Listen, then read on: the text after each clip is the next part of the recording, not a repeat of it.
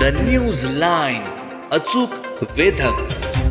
कराड तालुक्यातील शामगाव येथे अन्न व औषध प्रशासनाने दूध भेसळ विरोधात मोठी कारवाई करत भेसळयुक्त दूध तयार करून विक्री केल्याचा धक्कादायक प्रकार उघडकीस आणला आहे. ही कारवाई शामगाव येथील राधे डेअरी फार्मवर करण्यात आली. कारवाई दरम्यान दुधामध्ये पाम तेल आणि दूध पावडर मिसळून भेसळ केली जात असल्याचे प्राथमिक तपासात समोर आले.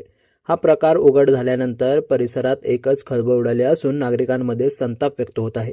या प्रकरणी मसूर पोलीस ठाण्यात गुन्हा दाखल करण्यात आला असून भेसळीच्या आरोपाखाली संबंधित पती पत्नीला मसूर पोलिसांनी ताब्यात घेतले आहे. त्यांना आज न्यायालयात हजर करण्यात येणार असल्याची माहिती पोलिसांनी दिली.